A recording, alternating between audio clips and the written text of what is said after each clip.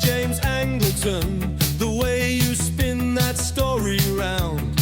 Always sharp, just like a tack when you're tracking the price of the dollar and pound.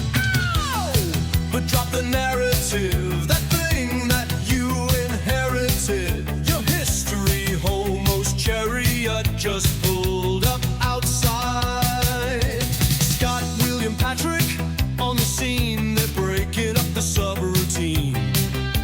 Something's crackling in your brain, MK Ultra make you go insane.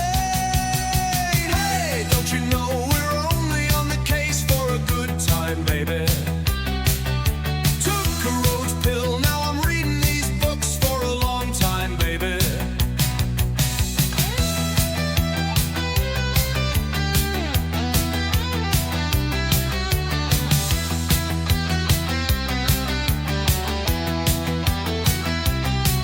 Honey pots and psyop traps, you can trust the plan until you snap.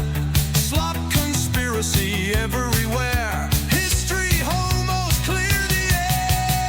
Close your eyes, what's truth or lie? Hiding in the space between.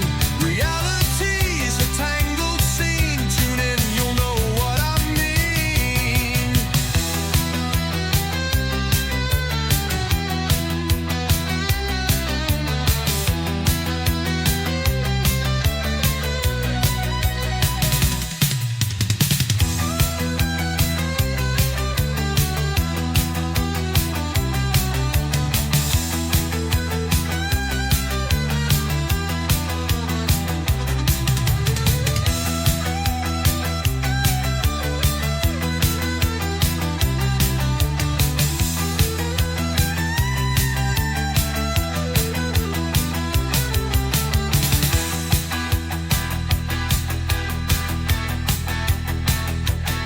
Close your eyes, what's truth or lie?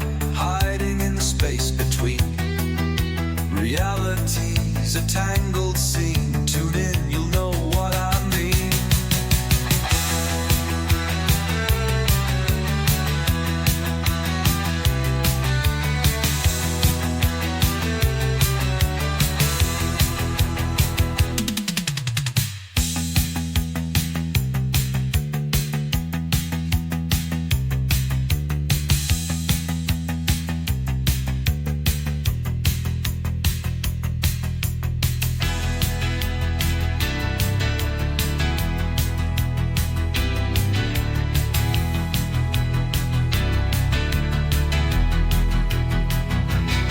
Hey, history homos only on the case for a good time, baby.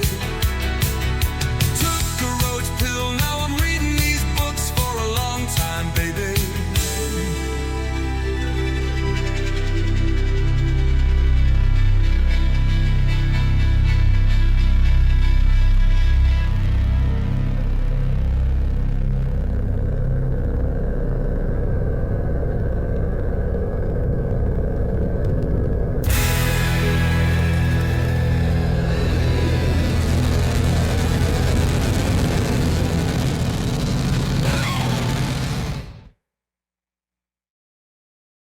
And we're live. Welcome back to the show, everybody.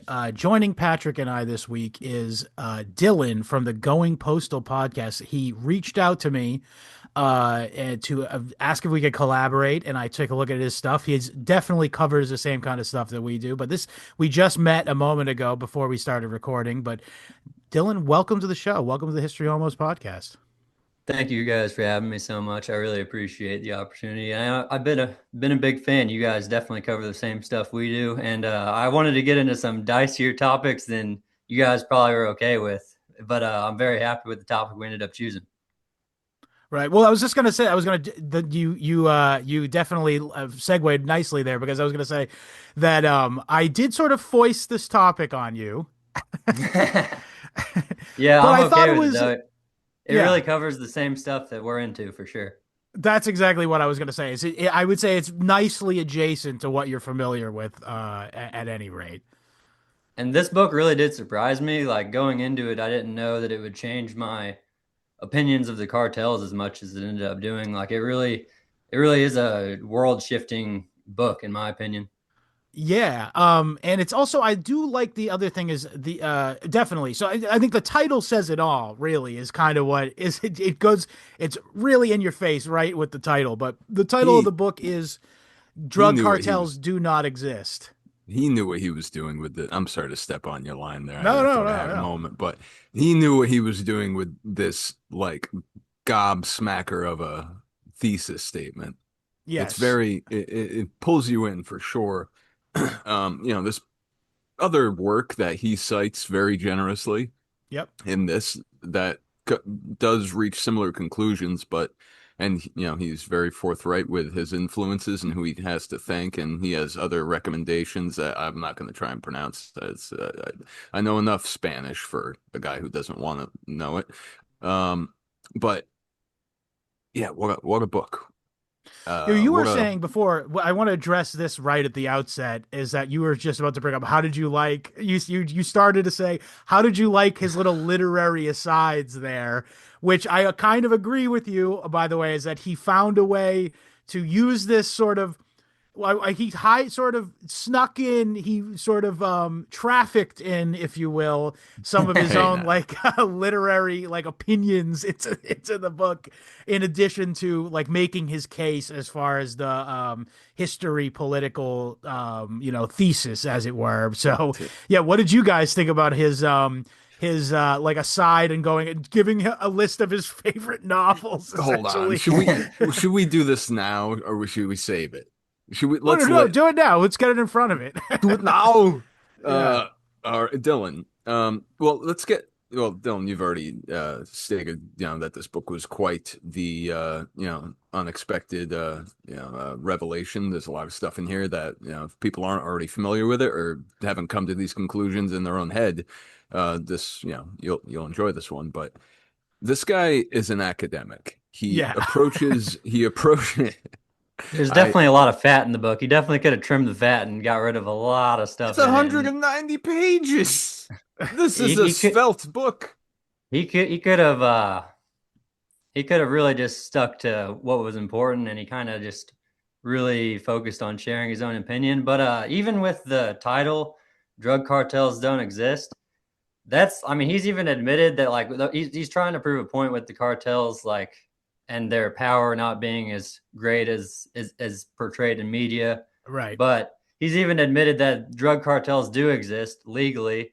Like in the United States, for example, Right. the Sackler family, they have Purdue Pharma, the makers of OxyContin. That's a legal cartel right there with the power of the United States government backing it. And that is more Absolutely. powerful than any cartel ever in Mexico, for sure. If Right. we're using the legal language, then yeah. I mean, the origin of the term is, it's economic and it's Yeah, well, let me give it like let's go back to our Rothbard here. I don't know if you went through a Rothbard phase, Dylan, but I certainly did. And Rothbard defines the term cartel as a group of economic actors which intentionally collude with each other to raise prices and make ultimate profit. And the author of this book, Oswaldo, what's his last name? Zavala. Zavala. That's the last time I'll be asking that. Oswaldo Zavala, very cleverly points out that this is an absolutely incoherent analysis of what the reality of narco trafficking is in Mexico into the United States. And what actually, when they're referring to cartels, what is actually there behind the door? Is the government, yes. Yeah, Which it's actually it's kind of old hat to us as Americans, because we know very well that the CIA is CIA, and by the way, I should mention Israel Mossad is central to the proliferation of narcotic drugs in the United States. I mean, it's been proven time and again. And also, not for nothing, what's the name of that author who wrote Dark Forces? Sinister Forces? No, the guy who wrote who the epigram is of the guy who took from the San Jose Mercury News. Gary Webb. Gary Webb, right? Gary Webb is heavily cited in this, Rest in peace. particularly in the first. He's the guy who famously shot himself twice in the head. Yeah, because you know why? That's a thorough man right there. He did. That's his true. due He made sure diligence. he was dead, so he couldn't talk more about the CIA drug trafficking. It would be very uncouth of him to do so. Yeah, the same way we're talking about what is the actual legal term, definition of cartel. There is a actual legal definition of fucking conspiracy, Yeah, which is that's people colluding together to do something subterfugal, and it's a criminal act. Yeah, that is Yes. what a conspiracy is in legal terms. I don't believe in theories. I entertain them with great glee and With the with the way these cartels are portrayed in the media, they portray them as these top figures like El Mencho or El Chapo being Yep. the R.I.P. king El of all Mencho. kings, you know. And then whenever you take those guys out, then the pyramid's supposed to fall, the organization's supposed to crumble. But then we see time and time again, they take these people out, and then the cycle just continues because there's so much state corruption involved. Right. Well, And- that leads me to I want to give a quick little history lesson as to because as Americans we're kind of in the dark about like the history of Mexican politics. It's kind of this big gray cloud that surrounds the entire thing. But I'm this going to be book honest, really, going into this book, I had no idea. Like, I haven't really looked into Mexico at all. me Well, either, dude. Yeah. As it turns out, we're kind of America, the United States, I should say. It was kind of a big deal in terms of shaping how Mexico came to be. As you the would way it imagine, is. right? Yeah. And the United States is kind of a big deal in shaping countries all over the planet, including mainly in the Middle East. Yeah, well, especially right now, for sure. Yeah. Refer to here's a little quick plug for us. Our Substack episode this past week was Patrick and I reviewing the 2000 PNAC paper, Rebuilding America's Defenses, which absolutely, in a Nostradamus-esque fashion, predicted the trajectory of U.S. foreign policy from the year 2000 going forward. How funny that is. Highly unrecommended. Yeah, it's actually, I kind of agree with that. Mm. But anyway, so let's give a quick little rundown of the history. So in the early 1900s, Mexico became a state. There was a Mexican Revolution. I should say a country, but you know what? It's a state in the, the sort of political sense. And for the majority of for the entirety of the 1900s, they were under one party rule, and I don't remember what it stands for, but the PLR is the name. It's like the Revolutionary Party, and it's basically like a military dictatorship essentially, that has a civilian aspect in the form of a civilian president. However, the way this functioned from 1900s all the way to the year 2000 essentially was the top gangster essentially the top gangster was the president essentially, and all of the activities of trafficking drugs into the United States were sort of handed down from the federal government to selected drug trafficking gangs, who many of which are former military guys, former police officers, former sort of state, because it's again, this is a little bit of a, yeah, I mean it is. I was going to say it's kind of confusing for us as BCI. Americans, but they like America, Mexico is broken up into states, stadios, inside of those, each one there has their own, just like America has their own internal government to the state, essentially, but it is under the umbrella of the federal government, of course. But basically, drug trafficking was centralized to the government openly through the 1940s and particularly centralized in the year 1970 when the CIA and the Mexican government jointly launched the Mexican edition of Operation Condor. Patrick, you wanted to say something? Oh, not to overlook the 1947 institution of the I'm sorry, the acronym escapes me. It's the Federal Security Directorate, or FDR. Rest in peace. The same year as the CIA, the Yes. Federal Security Directorate comes into play, where that is the operative intelligence agency in Mexico. And mind you, up to maybe the late 70s or so, it's a totally different atmosphere surrounding drug trafficking as opposed to now. This is prior to the mythologization of the narco. Yes. Yeah, this is basically like if you're a Mexican mestizo, is it? If you, I want to shouts out to episode 36 of the History Homos podcast about the femicide murders in Juarez. Check that out, folks. William made some astute observations in that episode about this all being about the powerful versus the powerless. Yep. But he also said something else very astute, which was there's two kinds of Mexicans: the handsome, debonair, jackboot types that become politicians with really fine mustaches. They look like Charlton Heston and Touch of Evil, where they might as well just be Yes, I know what you're talking about. Thank you. He's You like dressing that? up like a Mexican in that. That's a good reference. Yeah. See, all right. But then there's the other ones, the mestizos that just look like they have the Down syndrome. Yeah. That's a William quote, I assume. Yeah. Yes. William, thank you for your I'll message him and tell him that we drop one of his quotations in this episode. Oh, I loved it. He was cracking me up.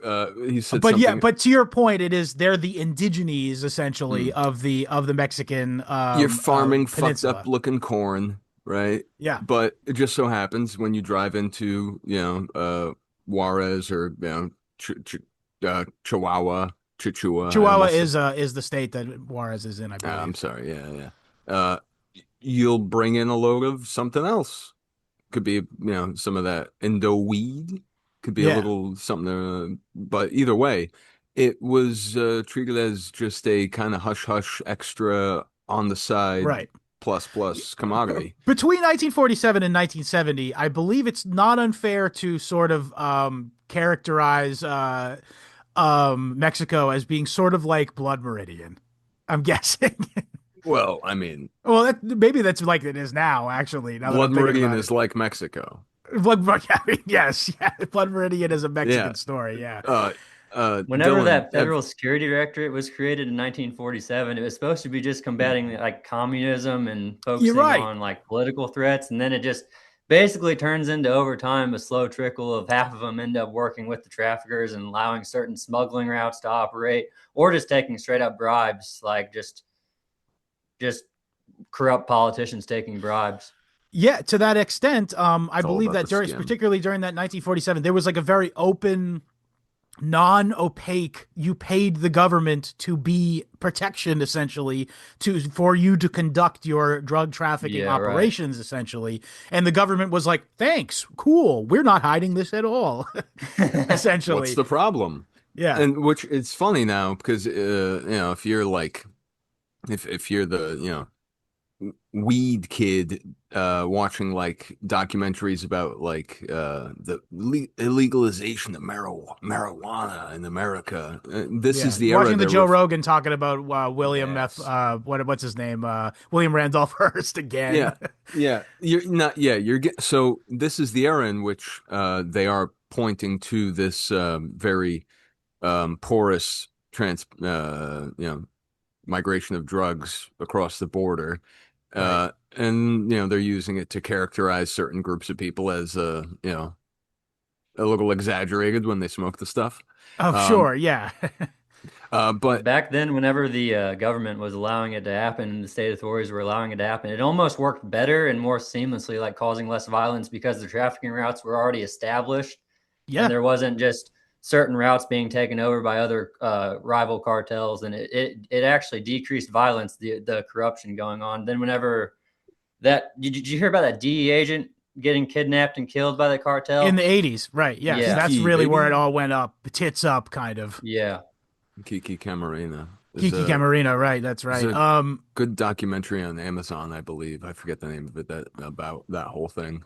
They had to dissolve the entire agency, right? After that DE agent got kidnapped. That's exactly what happened. And that's why the 90s became such a bloodbath, essentially. It also coincides neatly. You might even say that this may have been an orchestrated effort, or orchestrated event, I should say. Mm. It or coincided neatly with the Reagan era policy of the trafficking of drugs becoming an issue of national security. Right. And this sort of set the stage for the ramping up of and again, it took 20 years essentially to 2007 for it to really take hold in Mexico, but this set the stage for sort of the Mexican war on drugs, air quotes, which Mhm. turns out to be, in the opinion of the author Oswaldo Zavala, a war on the poor of Mexico, essentially. Mhm. It's a contrivance to call it a war on drugs. It's a war, and it's a misnomer to call it a war on poverty. It's a war on the impoverished. Yeah, Uh, no, the And the war the on drugs really doesn't decrease the amount of violence. I believe that it's actually made the situation in both the United States and Mexico worse as far as violence goes. If a lot of definitely. these drugs were legal and there was a legal market for it, there would not be so much corruption and evil going on, in my opinion. As far as just weed, I don't want to do like legalize all drugs necessarily, but there's only really a couple I believe that should just be fully criminalized. Yeah, well, agreed. And also, it's not we're worth mentioning that like the far and away cause of or sort of the far and away reason. I use the word reason because there's obviously there are certain demographic issues at play, but the stated reason of the vast majority of gun violence in America is the trafficking of drugs, and like inner city violence related to fights over territory where they're able to sell the drugs, over beefs that occur due to the criminals are sort of empowered to do more violence because there's a lot of money at stake in the inner cities, as opposed to, let's be honest, they're going to be getting into fights over stupid shit anyway, like the fucking drill rappers and shit, like fighting over being like, yo, come right here, come at me. They're going to be doing that, obviously. But my point is that the fact that there's a bunch of money on at stake in all of these things obviously incentivizes people to kill more. It's like just a clear matter of supply and demand and incentives, you know?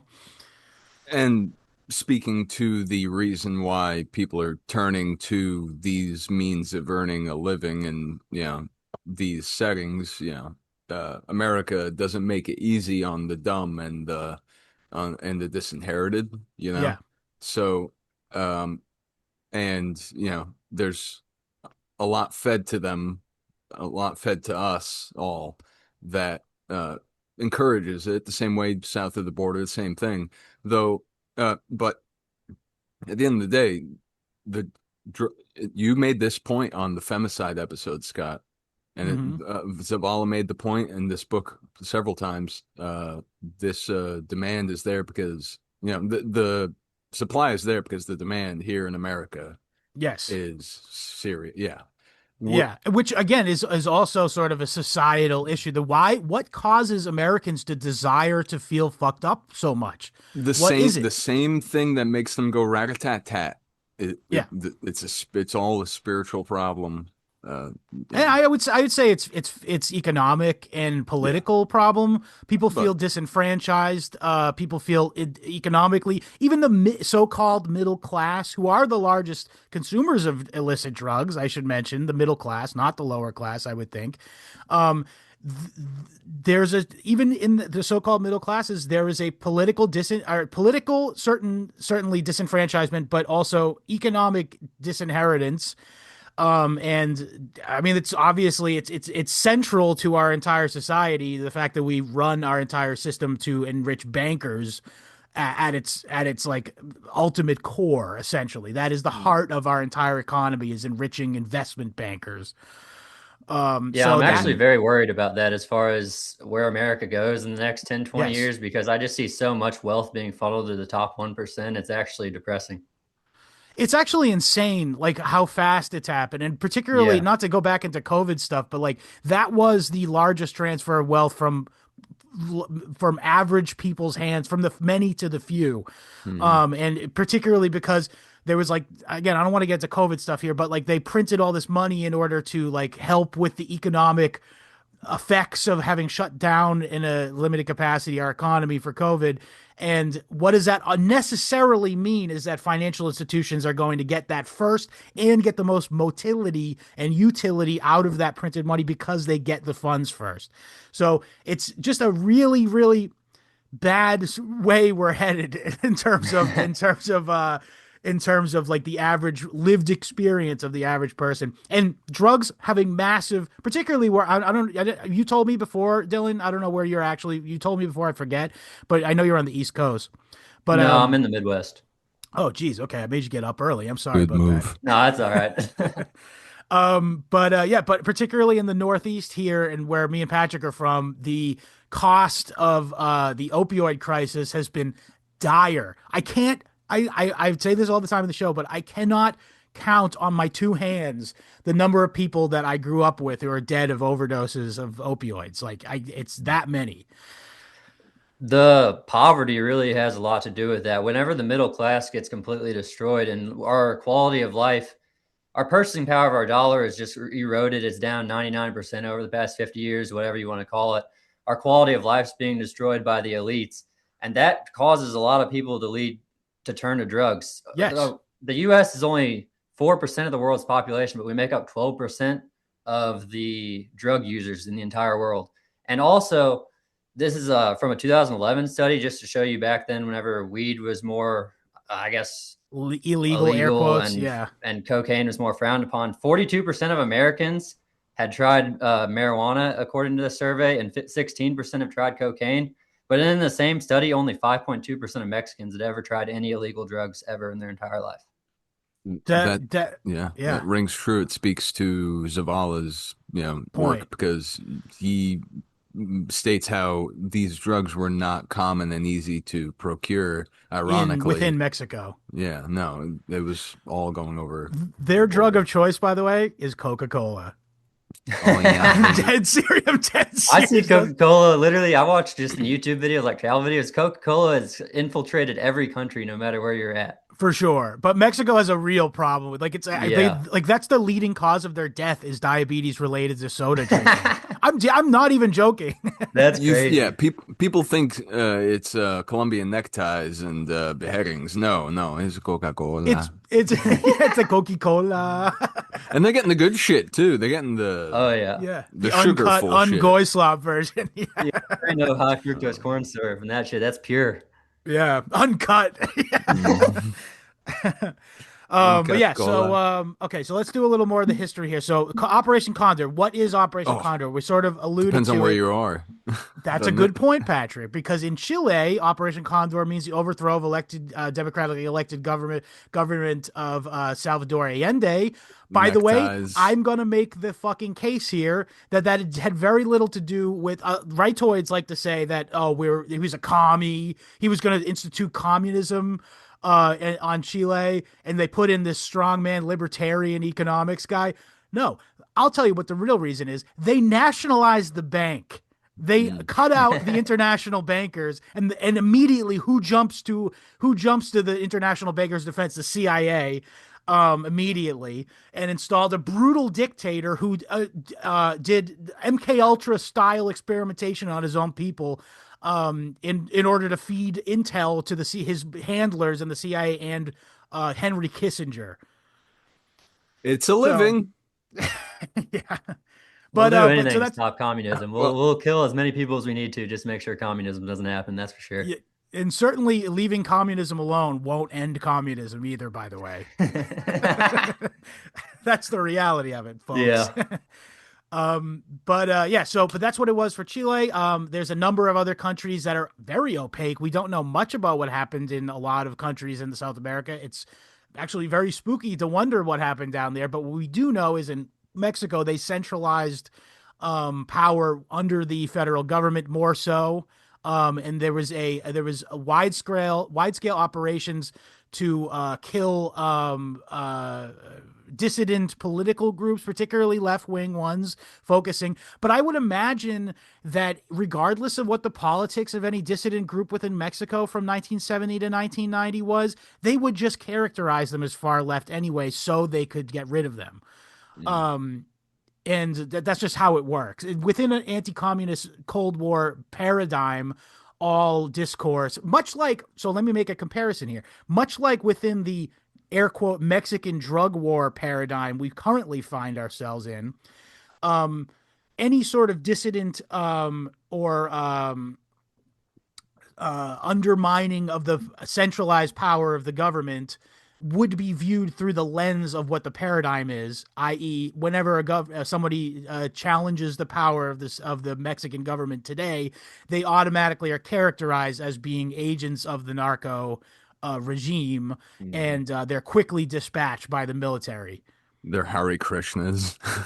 I wouldn't be surprised. They're getting the shit kicked out of them in the airport, like an airplane. The motion picture. No. Which one? In the first one. An airplane. Yeah, Yes, there you okay, go. Sorry, yeah, I remember what you're talking about. Yeah, it was a little ham-handed of a reference, but no, absolutely. It's the justification for whatever, counter, in quotes, insurgency. Yeah, right. They decide to pull that week in whatever uniforms they happen to be wearing that week. Which, back to Dylan's point, the usurpation of El Mencho, which R.I.P. by the way. R.I.P. to a real one, El Mencho. Yeah. El Mencho, what a guy. Yeah, what a mensch. They can blame they can blame any violence in the region on the cartels and then use that violence, even if it's not cartel related, as an excuse to justify their militarization of the region, whatever region they want to occupy with their troops. Whenever they go in, they're just like, oh, we'll just blame this violence that's happening there on the cartel, even though it's very hard to distinguish sometimes who's cartel and who's not. Like, yeah, in a lot of these rural areas in Mexico. What a horror. To your point, Dylan, that's why the author Oswaldo Zavala focused so heavily on media depictions of the narco trade, because the way that particularly the ones that are elevated within the culture, intra Mexico and internationally speaking, the way that they depict them is this larger than life character who, by the way, is also consistently in the garb of a poor, disenfranchised, rural, indigenous Mexican person. So meaning, if you just there's just to the point of some of his little asides about his literature preferences, he brings up little quotes from novels that he enjoys that are depicting life in Mexico, and one of the examples is a story about the police killing a random guy on the street, and there's a bunch of old women screaming at him like, "You're murderers! You're murderers!" And the police justify themselves as saying, "Well, he was a narco. I had to kill him." And first of all, the old women see through this. They go, "Doesn't matter who he was. You're a murderer anyway."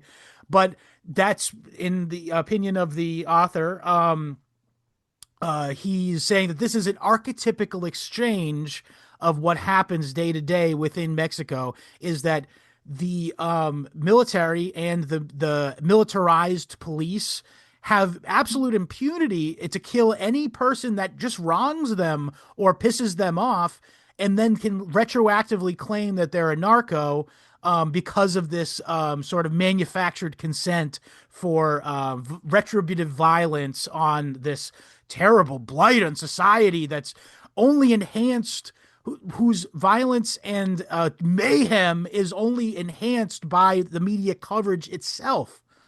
Which you can forgive him for emphasizing so much, the different depictions of narco culture and, in different Mexican media and American media. He dunks on Sicario. I'm sure you appreciate it, Scott. I thought he liked Sicario because because it centered the fact that the CIA was at the helm of the drug trade. Ultimately, yeah. He did have some You get criticisms of it, yeah, naturally, of course. Which I understand, because they do. It's a little, yeah. I don't give it. It doesn't matter. I have fucking criticisms of that movie. It's I know. fucking poorly executed action, lazy effects. You know what? You're righter every time you mention it. That's my issue I with that still movie. like- It's nothing to do with what's it about. I still like it, and there's things about who gives a shit. This is not what we're here for. No, of course we not. sound like a bunch of leftist academics right now. Frankly. Yeah, we're doing media discourse. Yeah, detouring into who gives a hoot. The point is, it matters. The media depiction of these things matters because often that's what comes first. yes, The great simulacra point. comes first. Yeah, rather than and further, all of the even the most critical sort of independent voices within Mexican journalism, like journalism, where they're supposed to be reporting on factual information, they literally openly just flout the government statistics on these things and take it as gospel that when the government reports these fatalities that are attributed to the narcos, that's the truth.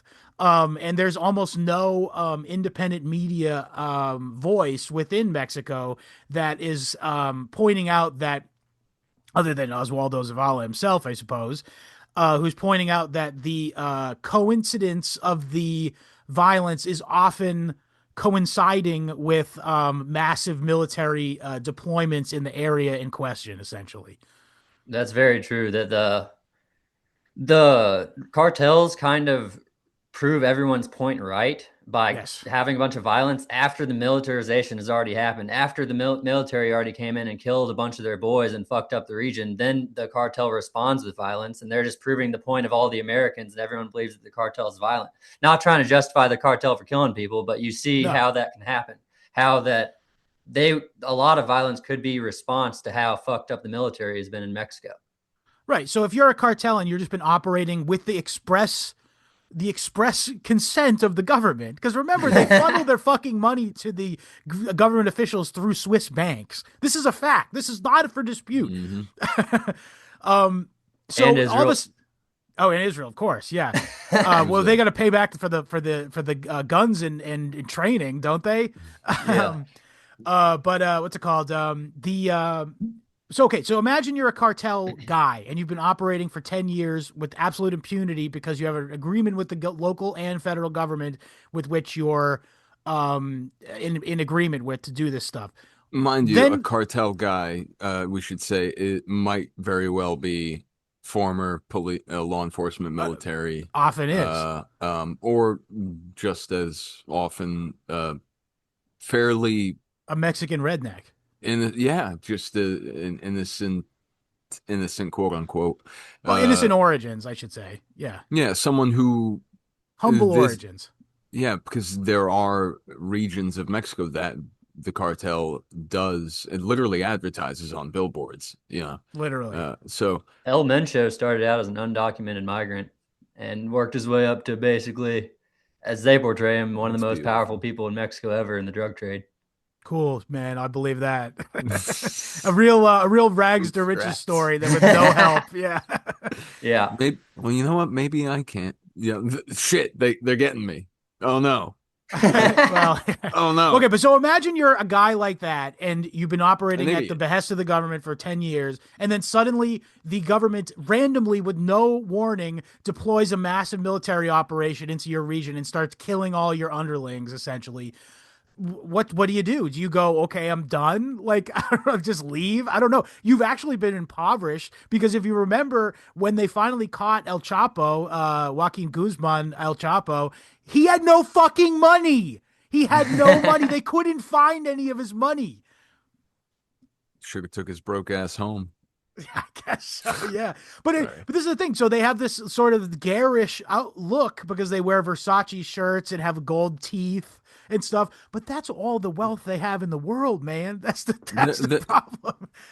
Whenever they give us these characters like that and they actually end up not being as powerful as they say, then the entire drug trade discussion in Mexico can't be discussed in good faith, because we're looking at it not based in reality. We're looking at it as a story, a narrative that's been told through propaganda, and not looking at the real facts of the situation.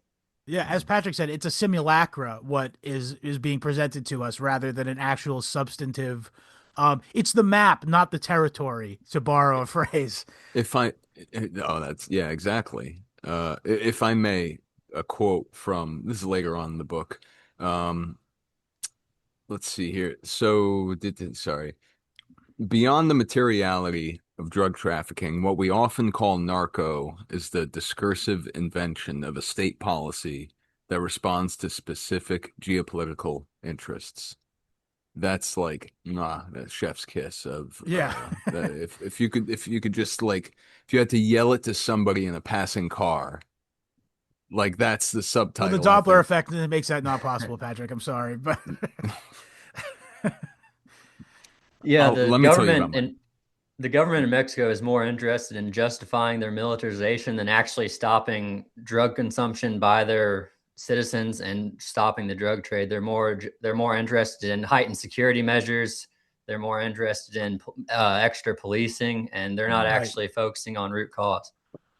Right. So that brings me to another point here. Thank you, Dylan, for segueing nicely to this. But in 2000 is when the PLR government fell. When I fell, I think it just retired, essentially. It sat down. Yeah, so they sunsetted it. No, but then they switched over to the PAN, which is like the National Party, or I don't know what, National Action Party, I believe. And it was Vicente Fox was the guy who was in charge. And during that period, it saw a massive power vacuum due to the fact that there no longer had the infrastructure of the PLR in place anymore. So a lot of various different states, particularly in the north, where the majority of the indigenous people, by the way, I should mention, are located, and where the most dire poverty is, actually began to become somewhat autonomous and had local governments that actually were somewhat self-interested in helping the people of their areas. And again, I'm taking Oswaldo Zavala's word on this for the record, but it seems correct, and it sounds right to me, and I like the sound of it. Ergo it's true. And, but in that power vacuum, come 2007, is Gallardo the name of the guy who was the president in the 2007? What's the name of the guy who launched the drug war? Just pull that up while I'm making this next point. Was that not Vicente Fox? Felipe Calderon. Calderon. Thank you. Yeah. Yep. Calderon is the guy who launched the war on drugs. But it's worth mentioning that at this time, during this air quotes power vacuum in which these various regions became semi-autonomous, this was coincided with an all-time historic low of violence in Mexico. There was the least amount of murders taking place per capita in the entire history of Mexico as its own independent country.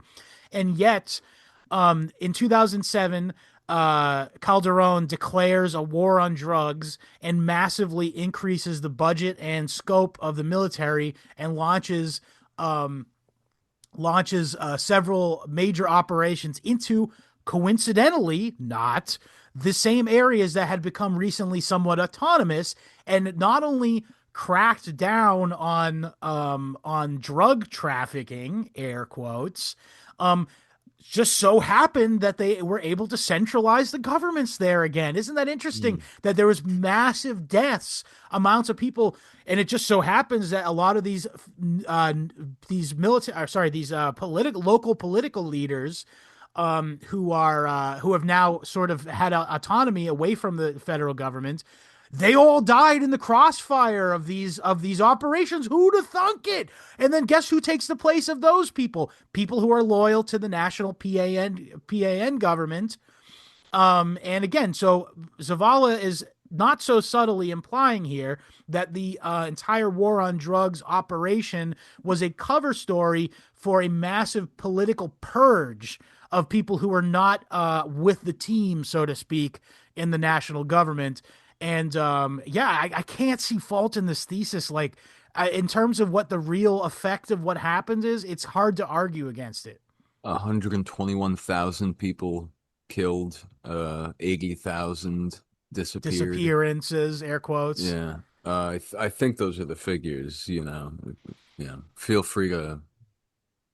And then, by the way, to what we were saying before, is that now you have this massive death toll, and it seems like a crisis, right?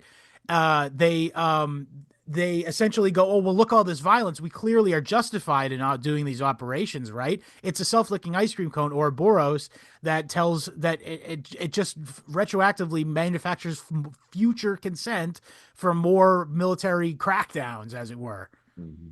Yeah, it's very important to note that before 2006, like say from 2000 to 2006, the murders were going down basically every year, to 2006 being the least amount of murders in Mexico in forever. And then whenever Felipe Calderon sends in, I have the specific date, December 11th, 2006 is whenever he sent in his first wave of military. From that point on, from 2006 to 2021, the numbers I got here for you are 350,000 murders and 80,000 disappearances related to drug trafficking. Ooh. Oops. And do we really think that the violence would be that bad if there wasn't that much militarization by the government? Do we really think that there would be so much fighting going on? I feel like so much the war worse. The war on drugs is keeping the poor people down. It's keeping the poverty people in poverty. Yeah. Right. Further, this time period also coincides with a massive, they call it reform of various areas that were residential, frankly, and agricultural for subsistence farming.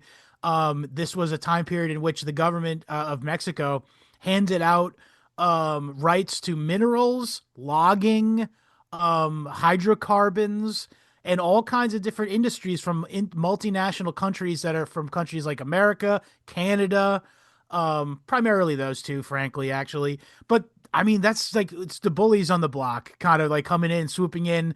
And it's interesting because, like, particularly the example of the hydrocarbons thing, they did during the time that El Chapo was the head of international drug trafficking, in the region of Sinaloa, where he's from, or he operated. I don't know if he's from. What's that? I'm the president of drugs. I am the CEO of drugs, and I'm sleepy. I'm too sleepy to not kill hundreds of thousands of people. Anyway, Don't talk to me Mexicans. before I've had my killing. Anyway, we weren't gonna make it through it. Oh no! Oh no! Did we lose Scott? So without me saying being sleepy, there's no way. No, it was not going to bring up being sleepy in this. Yeah, it's all good. What's up? Just for ass crack of a second, Scott. We thought this. Well, I was gonna say, did you really think we were gonna make it through this episode without me saying I'm so sleepy? Okay. But so it's particularly during the time period in which Joaquin El Chapo Guzman was the air quotes CEO of drugs, in the region of Sinaloa, in a time period in which the Mexican government is deploying massive troop surges into this region, and there's hundreds of thousands or thousands and thousands of people dying every day, not literally, but you know what I mean, over time. This 6 million a day, Scott. I know, it's crazy. How can they keep up? No, literally, like it would in some regions it would jump from like a few dozen to 100 murders, deaths a year to like 3,000. Yeah, it's what are you shocking. talking about? Yeah, I don't want to do a side tangent here, but I just love that there's 6 million Epstein files that they have to release. And then if you look up how many times pizza is mentioned in the Epstein files out of the 3 million they've released so far, there's 911 mentions. That is some advanced gematria. I hate that. I was going to say, what is it actually? 271,000 is the amount of times a pizza is mentioned. Okay. No, but so during that time period in which there's apparently a huge war between the cartels and the military. By the way, first of all, there's a massive exodus of people in this region, which is very rural. They leave this region. vacating it for the ability of these Canadian multinational companies to move in and start mining. Which also, as a side effect, also moves the rural poor into cities where they will be now forced to work in the most humiliating and terrible conditions at maquiladoras, which we'll get into in a few minutes, by the way. Got to talk about maquiladoras. But so it's curious to me that during this time period where all these rural poor people are dying in the crossfire between the government and these cartels, the Canadian contracted miners suffered zero casualties. Isn't this odd? Isn't this strange? And they were able to set up an entire operation to extract hydrocarbons from a place that had historically been a place for the rural poor to subsistence farm, essentially. And isn't that interesting that that those two events coincided so perfectly? That's muy interesante. Yeah. Yeah. Hola, This isn't the only example either. There's another example of like a logging region that had been vacated essentially by a big military operation on a drug cartel in the state of Chihuahua, I think. But again, so let's talk about maquiladoras. Maquiladoras are sweatshops, essentially, is what we would call them in America. But they have this unique nomenclature in Mexico because they are necessarily sweatshops that are for American corporations that have set up shop in cities in the north of Mexico, such as Ciudad Juarez. Why are they doing that? And when did they do that? And what's the acronym that allowed them to do that, Scott? That would be NAFTA. Yeah. So the legacy of Bill and Hillary Clinton was the North American Free Trade Agreement. They're not done yet. Don't count them out. Yeah, I know. Yeah, All they're right. still doing their what do you call it? It's depositions in front of Congress, show depositions. I'm going Hillary in 2028. I don't know about you guys. I'm thinking it's going to be President Gavin Newsom. Frankly, I predicted this. Seems most likely. Yeah, I predicted this before. I literally in 2023, I was saying it's going to be Trump and then it's going to be Newsom. So if I fucking hit this prediction, I'm going to bust. My real vote, though, seems like I don't even know if he'll run, but Thomas Massie is like he could have a hell of a presidential campaign with how he's handled the Epstein files. I love Massie. Shouts out Massie. I know he has his critics, but in this house, Thomas Massie is a hero. Whatever happened there?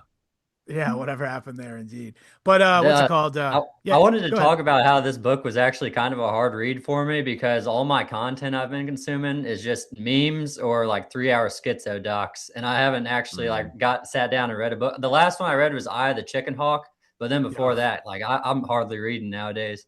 That's a horrible regimen, man. Yeah, That's no good. You got my channel's called Going Postal for a reason. What do you think? No. Yeah, maybe don't speed run it. So Though. ironic. Don't speed run it though. Yeah.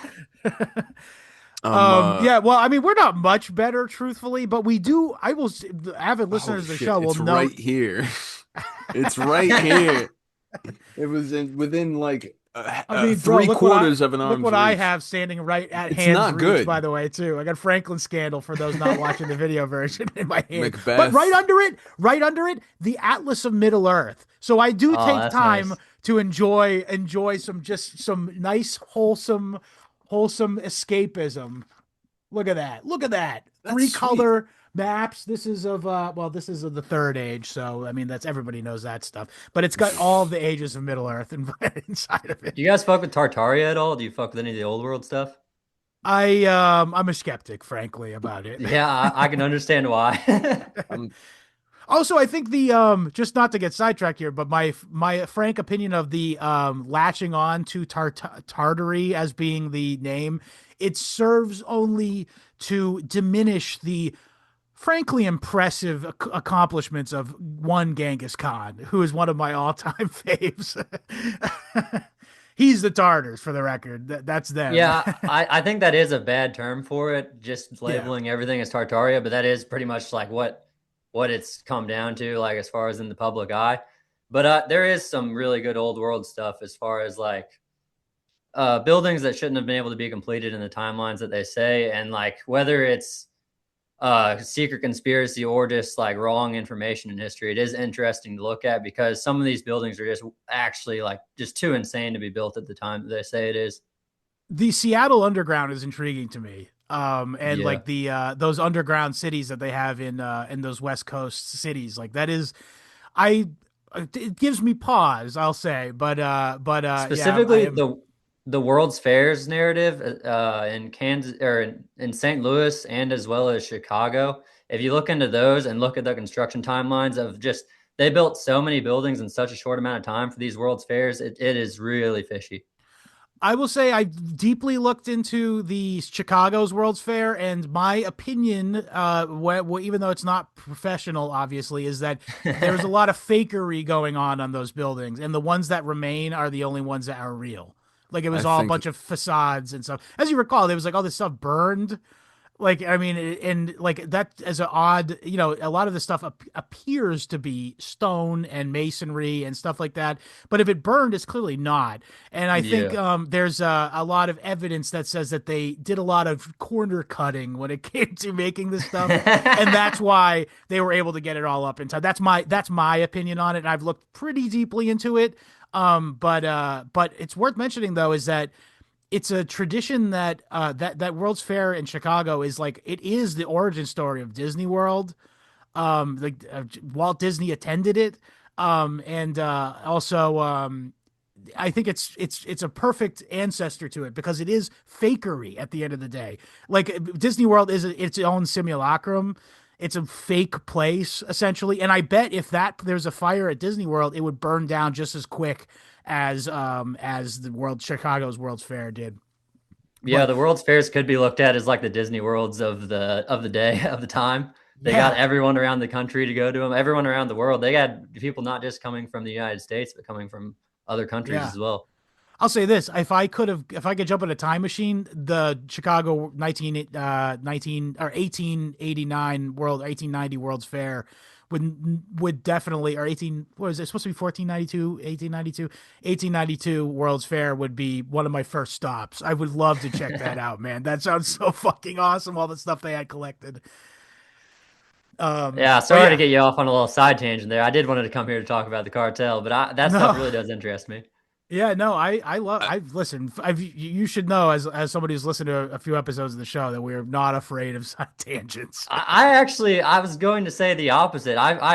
From the episodes that I've watched of you guys, you actually maintain like the topic really well. Because whenever I'm recording, I go into it with a topic with my friend, and I'm just trying to like make people laugh, talk about the topic, and then it ends up with me just like ranting about the government, talking about how all this shit sucks right now. We need to do something about it. This shit's going crazy. Like every single time, I can't just like maintain what I want to talk about. I feel you, dog. I mean, I was just ultimately susceptible on just the second you brought up the World's Fair. I'm like, okay, well, I got to give you my full opinion on the World's Fair. Yes, Patrick. Yeah, you guys are over here wondering, working your brains hard, wondering how they built all that shit so quick. And we're Do you talking have it? So you have it solved? and we're You think talking about Mexicans today. Really? Come on, man. I mean, yeah, it's a little insensitive for us to talk about shoddy workmanship in such a flippant No, manner. Hey, man, no. Some of these guys, these are the guys. Listen, if we're going to talk about out of place structures, the cities built into the pueblos, into the sides of mountains and shit. Down in That's cool stuff. Yeah, I actually yeah, watch a lot. It's a really cool subgenre of YouTube videos. I don't know if you guys are aware of this, but there's a bunch of like dudes who just bring their like they backpack into those places and go check out first hand 4K video and investigate these like these cities that are built into the cave walls and stuff of in like these completely disinhabited areas like on the border of America and Mexico. And like Blood Meridian land, like it's like that place that you need to get in and out of, or make sure you have enough supplies, or you will die. Kind of smells like places. piss and rawhide all the time. But I mean, it's an amazing thing that this guy, because of the the affluence of modern society, can just backpack in enough stuff so he can take his expensive 4K cameras and go, Scott, I will never fucking set foot there. I don't have the resources to take time off work to go that kind of thing. And frankly, I'm probably not physically up to the task of backpacking into those places. So to me, it's a really awesome experience to be able to sit from the comfort of my own home and get a really close up, like well documented look at these places that are like kind of otherworldly, you know? Yeah, and in which case, thank you for your service. Hit like and subscribe.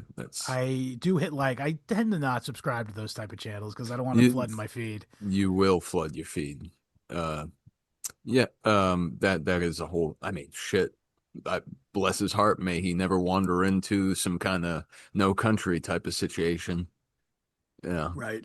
May none of us ever be Llewellyn Moss on any given day. Yeah. Well, that's a good one. Now, the good way to loop back into the topic here, No Country for Old Men, the movie sort of enshrouds Anton Chigurh, the character who is played by Javier Bardem, in a sort of cloud of opacity. Hairspray. That's true. Wig, I think, actually. Yeah. But regardless, he's sort of an opaque character. But however, in the novel, which my wife bought me at the same time as she bought me Blood Meridian, by the way, for Christmas. Thanks. Shouts out to my wife. Shouts out Scott's wife.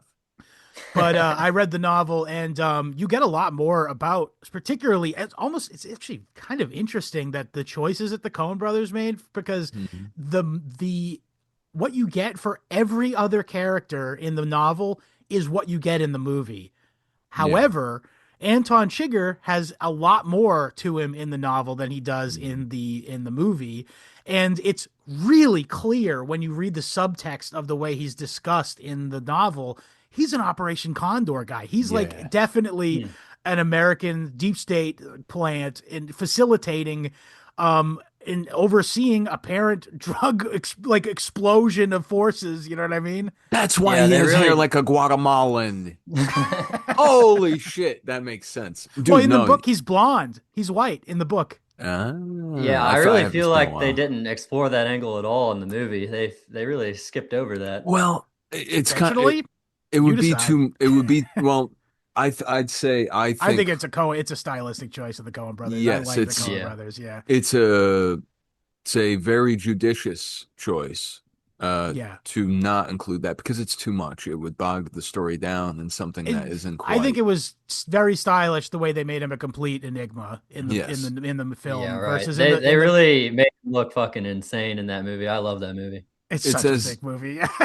It's as if they knew that watching the movie once, you'll like it. Read the book, it's a whole other experience. It's a universe. Rewatch the movie after really digesting the book, and that's one of the best things ever is what you can play within your own Dylan, head. I'm going to prescribe you read some fiction after this and not do more schizo documentary deep dives. Do an episode on fucking on that. That'll I saw you guys just had a video talking about the history of pizza. I respect that. See exactly what I'm trying to say. We break it the fuck up, bro. We do not go full schizo. My brain will implode. We're the Steve Bannons of rehabbing the reputation of pizza. Yes, I'm going to make it my fucking last. If it's my last act on earth, I'm going to eliminate the connotation of pizza to have anything to do with bad stuff. Okay, pizza is a delicious food that is enjoyed by. It's an American fusion food, and it's inherent to the American experience. God damn it. And it's a shining star that we get to witness the light of in this time and place that we're living in now. How dare they try to take pizza from us and make it something filthy, yucky. Motherfuckers. That was beautiful. I'm shedding a tear right now. I had pizza for dinner last night. And you know what? Son of a bitch, you can't rate it with a decimal point. Yeah, fuck Portnoy. You rate it like you rate a cigar. It sucks. It's a cigar. Or it's a good cigar. Portnoy should be looked at as way worse of a person than he is. He's a piece of shit. He's stealing money from a bunch of poor people through gambling. He fucks a bunch of 20-year-olds. He's I'm not gonna say what He's a race Jewish he is. pervert. You Yes, guys we know. Yeah. But yeah, worst of all, I don't know if this is a national thing, but here, at least in New England, where that fuck is from, every time I walk into a liquor store, I have to see a fucking bobblehead caricature of him because he has some sort of fucking sponsorship deal with some dog shit hard fucking seltzer or something. But another bane of my existence is fucking who knows what's in that shit. It's probably boiling your guts out. Oh man. The gambling epidemic is I mean, I see YouTube videos talking about it now lately, but it really it should be talked about more. It's just as bad as the drug epidemic. People are losing. It's so available through online now that people don't have to drive to the casino. They can just have it right there at their phone. So then that temptation is there at any point of the day. And it's really, some people just don't have that control to stop themselves. It's deleterious. And they'll just get rinsed completely. Yeah, it's deleterious. It's make you go from being we're all naturally in a constant state of economic precarity. That's a fact. Like there's no disputing that at any given moment. As Americans, if you get in a car accident, that could be your entire life savings down the toilet, or you get a diagnosis of some sort of benign cancer that's caused, or some sort of cancer that's caused by something that's completely out of your hands, environmental factors, the food we eat, the air we breathe, and stuff like that. And there you go. There's your entire, and every penny you save. If you're the most conservative person in the world, financially speaking, which I count myself among, by the way, you will find yourself now in a unwinnable situation, which you're now in tons of debt, and then add on the temptations of being a disenfranchised American and looking at the opportunity you can get out of this, man. All you got to do is place a bet on the fucking Steelers. The sports is bad too, because people actually, like, a lot of people have too much of an ego compared to what their brain level actually is. Like, a lot of people think that they're smarter than they are. So then they just are like, well, I'm just having a bad run on this sports shit. Like, I'll turn it around. I'll be able to fix this. And then they just get deeper and deeper into the hole. And they think that they can win because they actually could have an edge technically. And it's not like a slot where you're just guaranteed to lose, blackjack where you're just guaranteed to lose. They actually believe that they have a chance because it's sports and not the casino. Yeah, even though it's probably fixed, particularly in sports. Yeah, so I want to talk a little bit more about particularly the American. This is something a point I wanted to hit, is that Oswaldo Zavala in the book talks about sort of the intra-American politics as it relates to border security and manufacturing consent for the various police state things and also the militarization of the border. And he points to the fact that American politicians will erroneously point to the phenomenon of drug cartels to justify enforcement of immigration. Now, I want to be very clear here. I am pro enforcement of immigration. Now, the problem with it is, what? Sorry, I was doing a bit. I was doing. Nobody can be against it really at this point because of what they did in the Biden administration, where they just let basically anybody with a pulse in illegally. And now we've just gotten to a point where there is just a lot of cities are actually flooded with illegal immigrants. It's not just like propaganda. A lot of people did move in during the Biden years. Totally agree. Now, what I was going to say though is the problem I have is that they are using a false a false conversation around the trafficking of drugs as to give justification for enforcing immigration. So you'll see American politicians go, well, these cartels, we need to crack down on the border because they're bringing illegal drugs into the country. Now, we know, as a matter of fact, that it's actually the deep state bringing drugs into the country to poison our cities and poison our people. It's the boys that brag. Yeah, it literally is the boys that brag. Yeah. But my point is that it's a de-radicalization effort to point. They're moralizing the enforcement of immigration and basing it around a false premise that it's drug related, whereas the reality is the entire propositional nature of the American federal government is the issue at hand. The white Americans have every reason to not want to see their country change demographically and become politically disenfranchised. They are not, because of the propositional nature and the liberal nature of the United States federal government. They do not have the political vocabulary with which to advocate for themselves in this way. It is absolutely anathema for a political figure to arise and come into power and say, the reason I want to stop immigration is because I do not want the demographics of this country to change anymore. Instead, they have to lie and say it's because of something like drugs.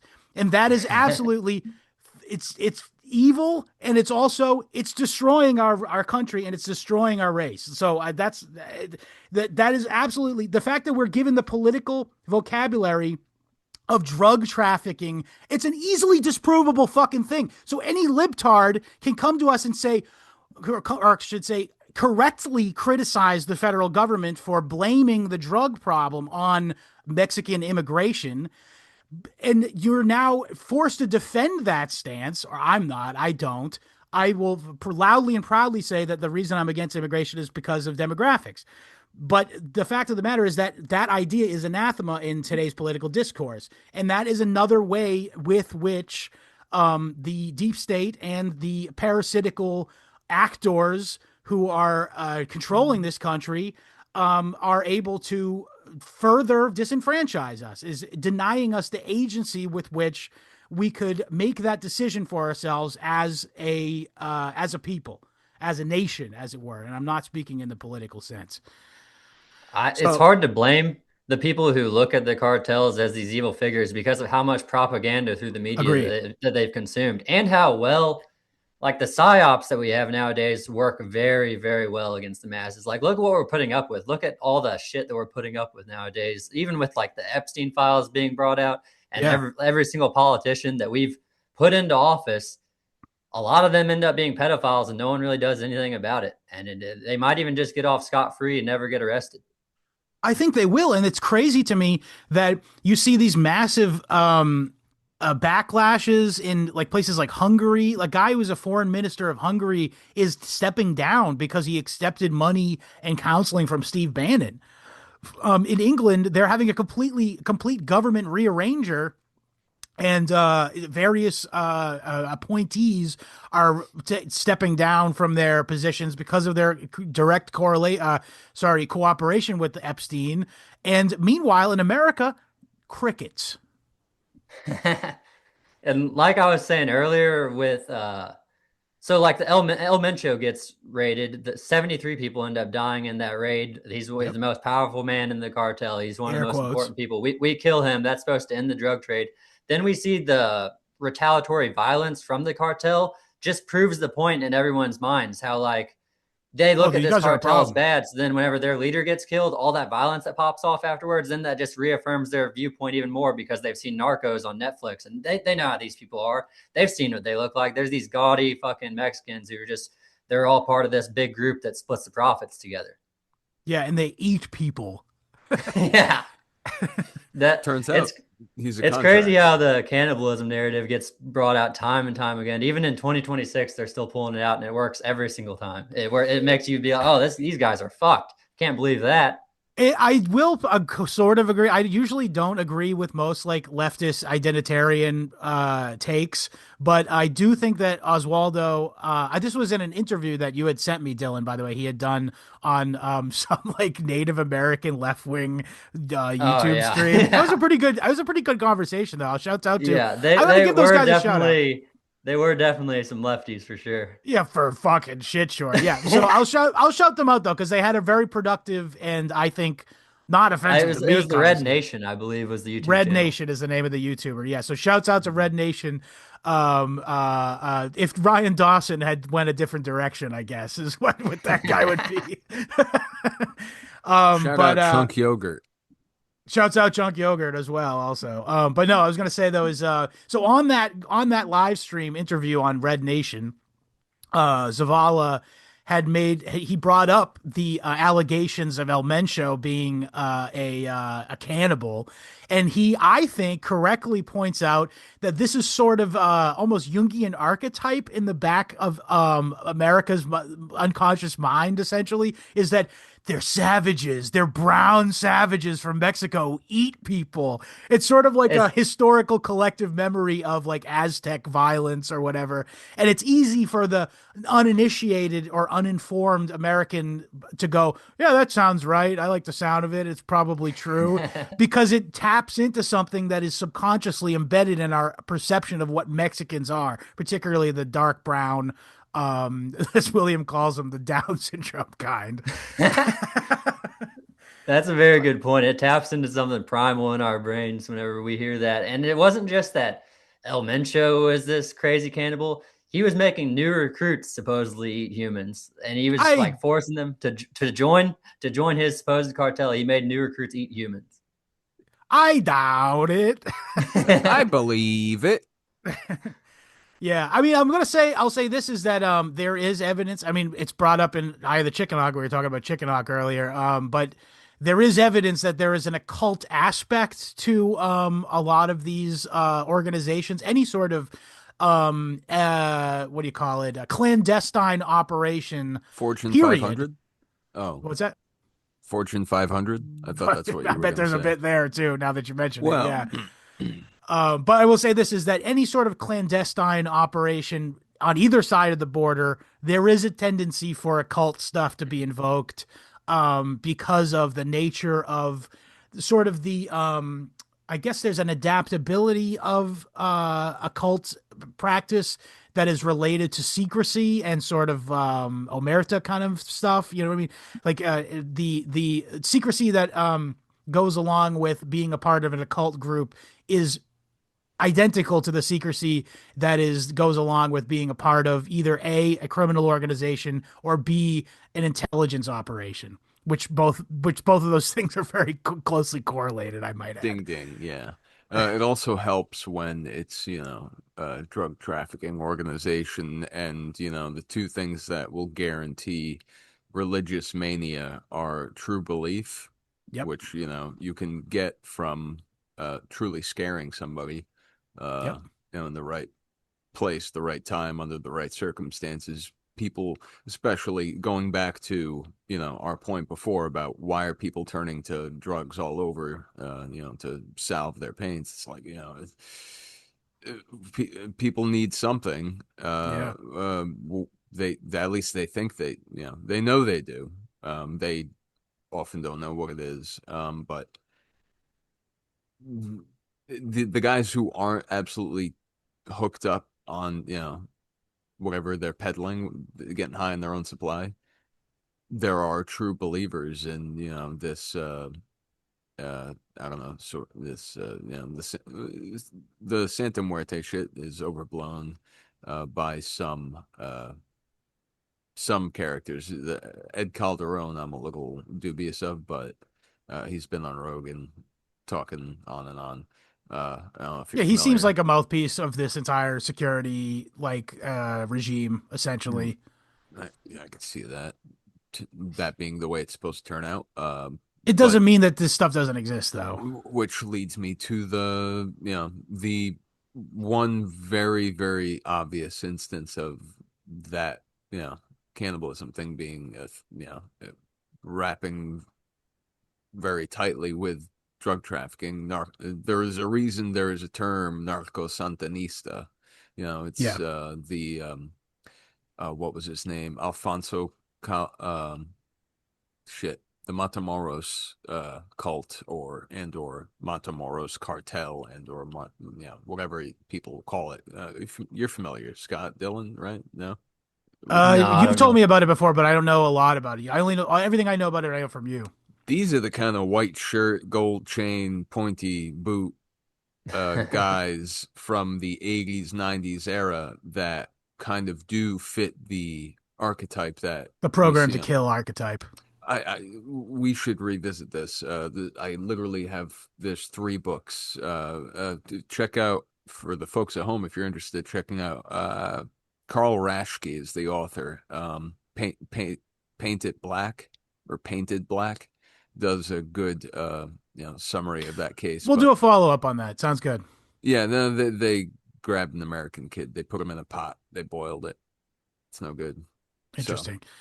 So let's also really do an investigation with these cartels and find out, because all this money can't just stay off the books forever. If they want to be able to use this money, like say the way that the media portrays the cartels is real, all this money, they're just stacking up piles and piles of cash. That needs to be laundered through some type of actual real institutions, through some bank.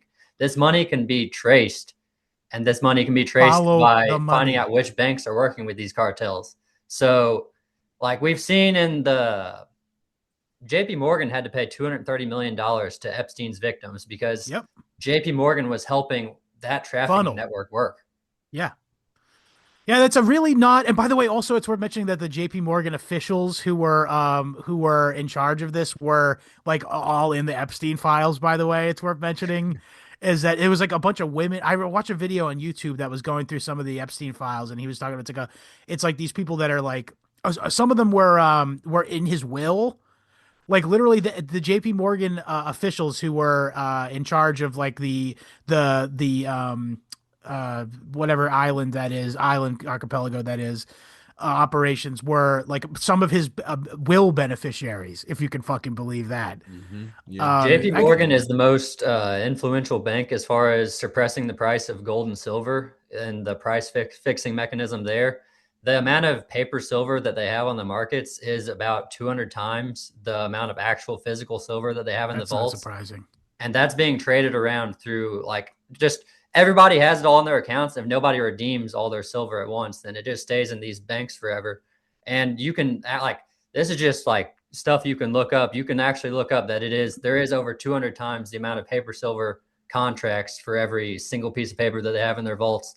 And JP Morgan is a big influence in that because they have the SLV ticker that you can buy on like any stock exchange. And then everyone buys that SLV ticker, the gold ticker, and they think that they actually own that silver. But in reality, they just own like, they don't own it. They just think that they own it, whenever in reality that single piece of silver is being loaned out to 200 other people as well. Yeah. Fractional reserve banking. Yeah.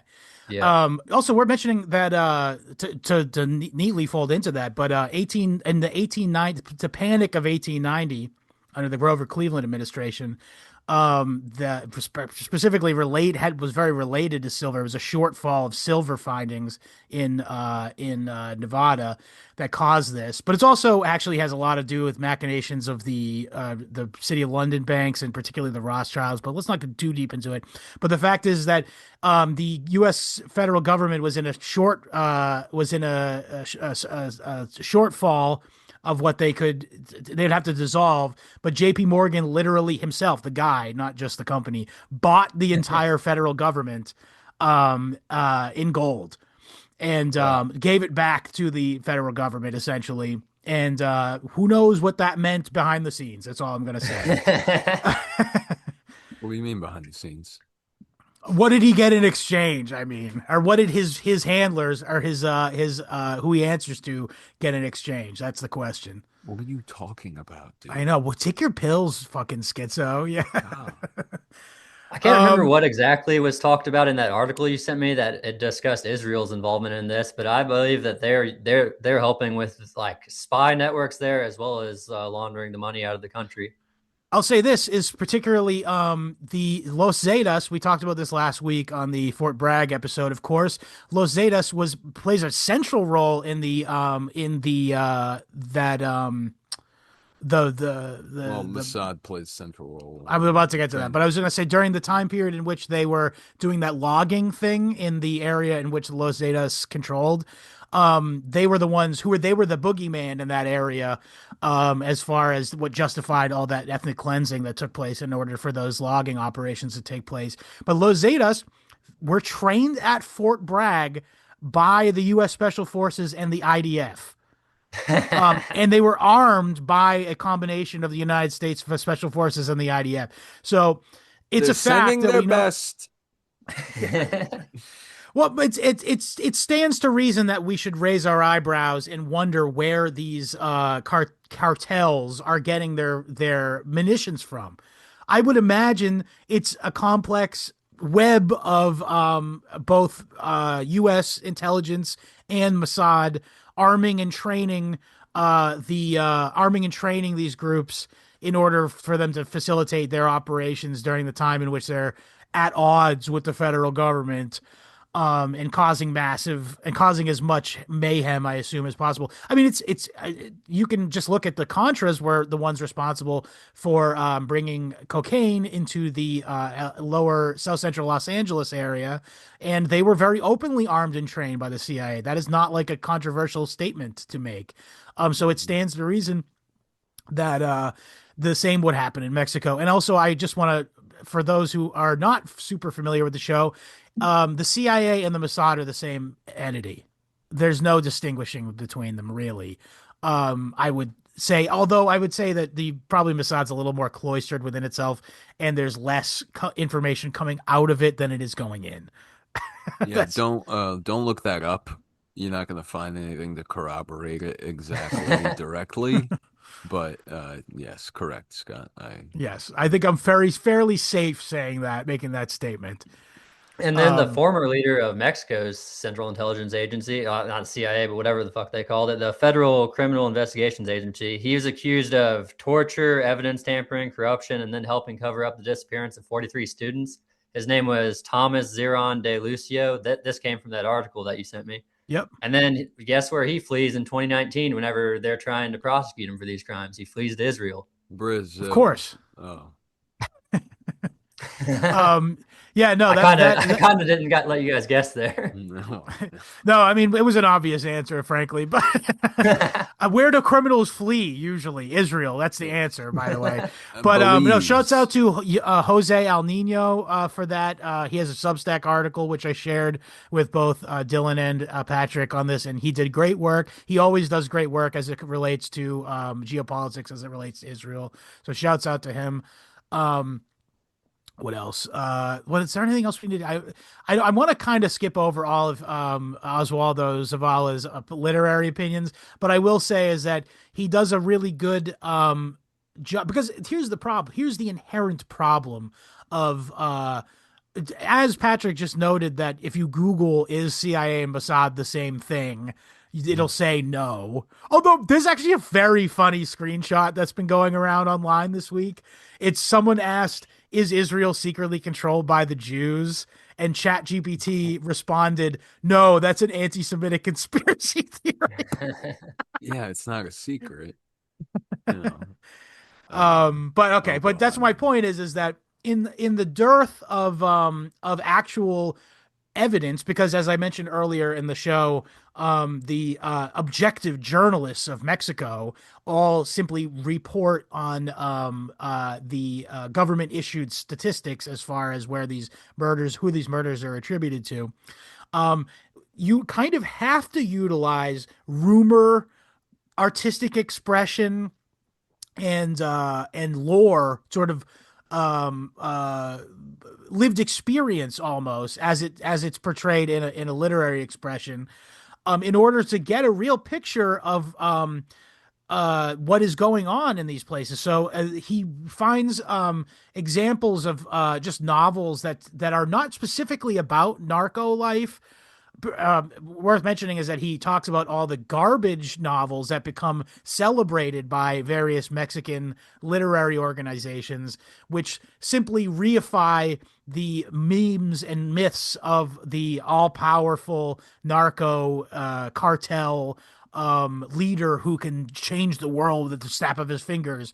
Those are the novels that are selected in the book reading lists of all these, universities in Mexico and in America. It's all the ones that are chosen for translation and publishing in America. But these lesser known ones that are overlooked by the American press, certainly, but also overlooked by Mexican publishing, are given actual look into what the reality of living under this regime is like.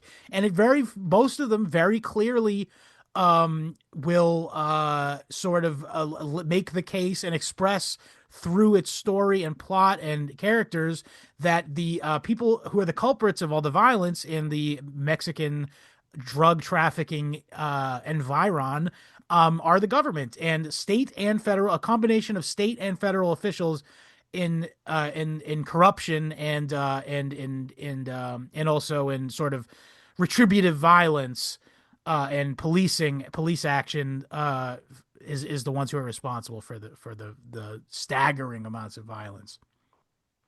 And the cartels have ex-military on their payroll as well that can be used as the muscle.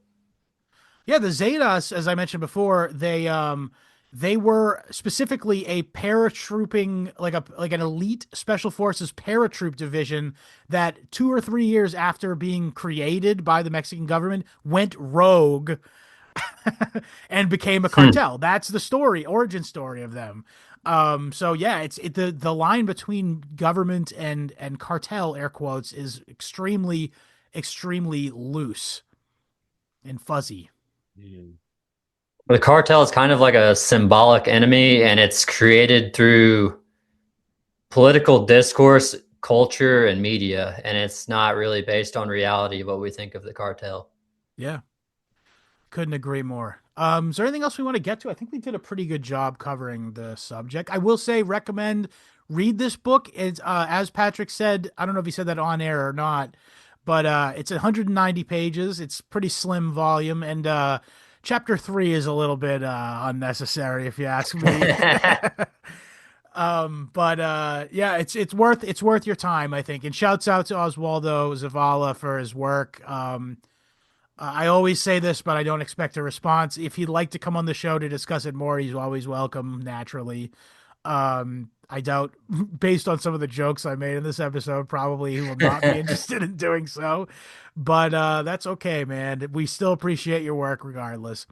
Even if we make jokes about it, we still really appreciate the work. It does a good job, and you don't really see any other opinions like this out there. Agreed. Yeah. Yeah, go ahead. Sorry, if you want to leave it at that, don't check your messages on Telegram, Scott, right now. Oh no, what did you send me? Just want you to know the captions are cut off in that screinshot, but the last word is Trump. The last word is Trump. President Scheinbaum is a far more honest politician than Scheinbaum. President Scheinbaum is a far more honest president than, President Trump. I mean, listen, from his perspective, maybe, I don't know. I don't buy that the first Jewish female president of Mexico is a beacon of revealing light. What I do know is that the Mexican people for sure wanted a female Jewish president. I know that's really what the Mexican people wanted. Yeah, I have to assume that they have utmost respect for the state of Israel and the struggle of the Jewish people at large. But yeah, it's real. I swear. There's so many shoes. How could you make up something with so many shoes? But yeah, so okay, Dylan. Can I take shoe? Can I have one shoe? Can I have uno shoe? Can I have uno shoe? Okay, so Dylan, Going Postal is the podcast. Is there anything you want to promote? Your Twitter, Instagram, all that stuff. What is the where can people Going find Postal Studios is my main channel, my solo channel. Going Postal Podcast is my channel I do with my friend. We do a podcast every week or every other week, and we talk about conspiracies and try to make you laugh. I think it's pretty dope. Thank you for coming on. Awesome to talk to you. Awesome to meet you. We'll have you back sometime. Shoot some more topics at me. You happen to catch us in the middle of a trajectory, so I apologize for forcing you to do this topic, but I'm glad you enjoyed it. I really enjoyed it, and I really appreciate you guys for giving me this opportunity, and I'd love to be back on. You guys are really fun to talk to. I had fun. Awesome. Likewise. You're fun to talk to too. Okay. For us, www.historyhomos.com is the RSS feed. You can also follow us on iTunes, Spotify, YouTube, BitChute, Odyssey, Rumble. And most importantly, you can find us at our home base, which is www.historyhomospod.substack.com. We got the check mark back, baby. We're back in the top 100. We're there, man. Come on, keep us there. Let's keep growing. I want to beat out fuck, I had a funny pun for Martyr Maid. earlier, but whatever. I can't remember what it was. But regardless, Zionist shills should not be ahead of us on the Substack charts. We must overtake them. So please help us, historyhomospod.substack.com. Not only will you be helping us overtake Zionist shills on this platform, but also you'll get 100% more episodes per week. You will get, instead of one episode that you already currently listening to now, you'll get another episode in which Patrick and I will tackle books, movies, historical events, like just such as the one we're talking about here. Also fun stuff like Dylan mentioned the pizza episode that we did a couple weeks ago. So all kinds of stuff, palate cleansers, as well as deep schizo lore. And so please join us over that, and you will not regret it if you like this content. So again, www.historyhomospod.substack.com. You can also join us in our, at time of recording, still the friendliest place on the internet, our Telegram chat, t.me/historyhomos is the channel. t.me/historyhomos chat is the chat. Dylan, also, you're obviously welcome in the chat. You will fit right in, I'm sure. So if you have any questions, comments, or concerns, or you'd like to buy a History Homos t-shirt, email me your size and address at historyhomos@gmail.com. Die with dignity. Patrick, what do you want to say before we hit the road? We hit the dusty desperado trail. Do you want to give the last word to William, a quote, or do you want to give the last word to Zavala and a little paraphrasing from Jacques Derrida? We could do both. Do both. Do the Zavala first, and then we'll close out with William. Yeah, fair. Well, I like this. Zavala's talking about he's talking about the political theory of Carl Schmitt and all this. I guess I should have talked about that. It's pretty good stuff. Jacques Derrida deconstructs Carl Schmitt's political concept, arguing that, here's the sweet spot, the enemy's true identity can never be fully established, since its classification remains ambiguous and, quote, accessible only in discourse, since no politics has ever been adequate to its concept. Which is just, that's nice. I like that. Before we do the William thing, I do want to do a quick Schmitt aside here, by the way. So Schmitt was, when he came up with his friend-enemy distinction concept within the political, he was responding to Max Weber's definition of the state as being the agency which has the unambiguous authority, monopoly on violence. And Schmitt corrects him, and I agree with him on this, is that the state is the agency which decides who has authority, has monopoly on violence. And he uses the phrase friend-enemy distinction. So the state is who decides who is a friend and who is an enemy. But I agree with Derrida in the light of liberal society in which we inhabit, which does not give political agency to your ethnicity, so to speak. You're disenfranchised from what your ethnic identity is, and you're forced into this amorphous blob of citizen of government. So to Derrida's point, this is where this friend-enemy distinction ability is so crucial, because the government can then choose at will who is now a friend and enemy, and that's interesting. Sacred violence as opposed to profane violence. Yes. The way Girard might frame it. Yeah. Very important. Yeah. So let's hear the William quote. Though. Let's go out on a banger. Hell yeah, brother. Take it away. William. I think this is William's the whole take on this, the way he might sum it up if he had a moment. I think the government. Do I do the accent? No, they can mentally change it to the accent in their heads. Okay. I think the government's probably involved in it deeply, but whether it's left or right wing, the crux of the issue is that the government is Mexican.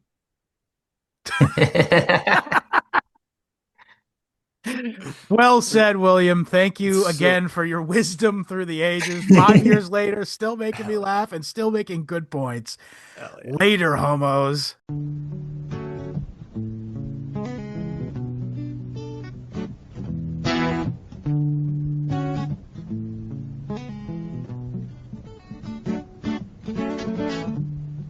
She's shining, she's the only one to see. She's shining, she's the only one for him. She's shining, she's the only song to sing. She's shining, she's the only one for him. She'll